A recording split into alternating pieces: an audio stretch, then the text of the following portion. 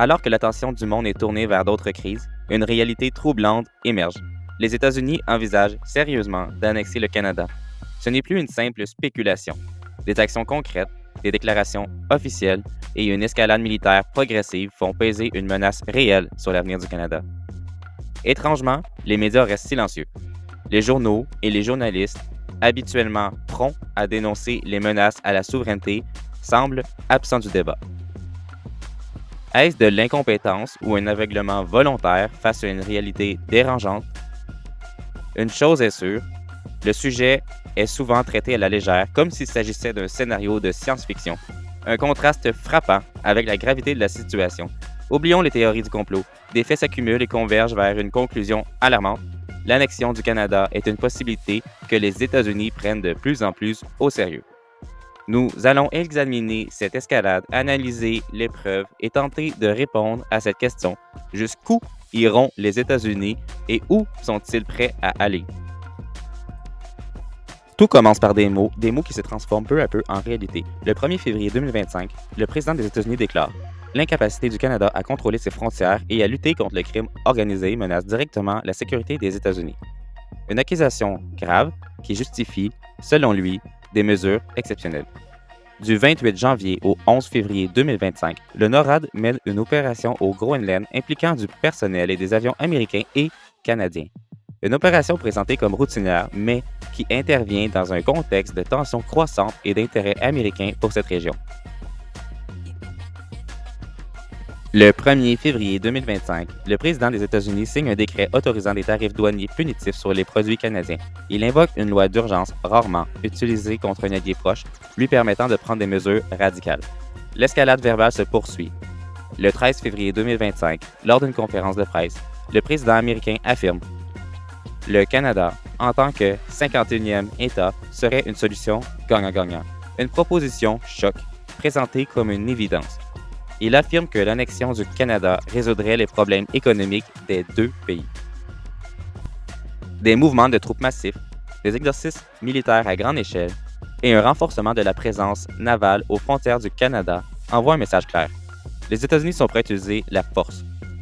Du 17 au 28 février 2025, l'armée américaine déploie des forces importantes en Finlande, dans l'Arctique, pour un exercice appelé Arctic Force 25.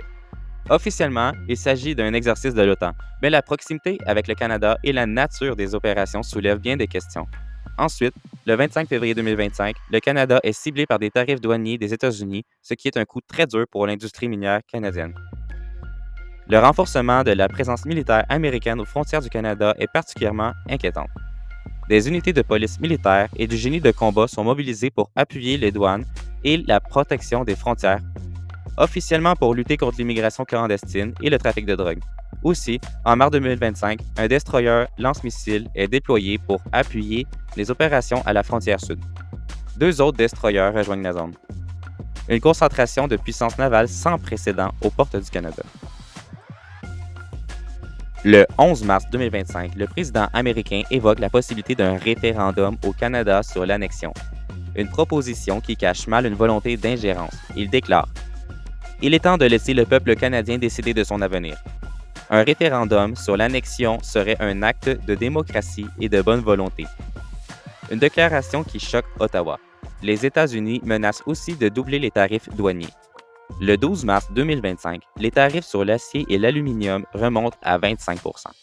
Le 17 mars 2025, le département d'État américain évoque une loi de la Première Guerre mondiale, soit l'Alien Enemies Act.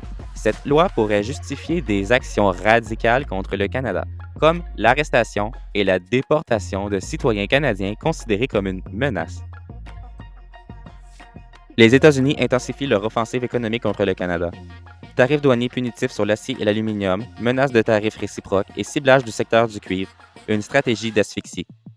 L'économie canadienne est en crise, les emplois sont menacés, les chaînes d'approvisionnement extrêmement perturbées.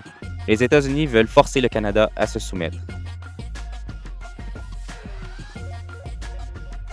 Acier, aluminium, cuivre, nos piliers économiques sont attaqués, des milliers d'emplois menacés et l'économie canadienne est en danger. Le spectre de l'annexion plane et le président américain relance son projet ouvertement à plusieurs reprises.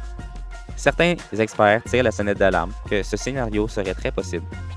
L'OTAN reste silencieuse, l'Union européenne impuissante. Qui protégera le Canada? Le Canada peut-il résister à une puissance américaine, une puissance qui est la plus forte au monde? L'annexion est-elle une menace réelle? Le Canada est au bord du précipice. L'annexion par les États-Unis, autrefois un scénario de science-fiction, est devenue une possibilité réelle et imminente. Les actions des États-Unis convergent vers un objectif clair: soumettre le Canada et l'intégrer à leur territoire. Le monde observe, impuissant, ce drame qui se déroule aux portes de l'Amérique. Un drame qui pourrait redéfinir la carte du monde et marquer un tournant tragique dans l'histoire des relations internationales. La question n'est plus de savoir si l'annexion aura lieu, mais quand et comment. Merci d'avoir écouté Alex Hub. On se retrouve pour une prochaine vidéo.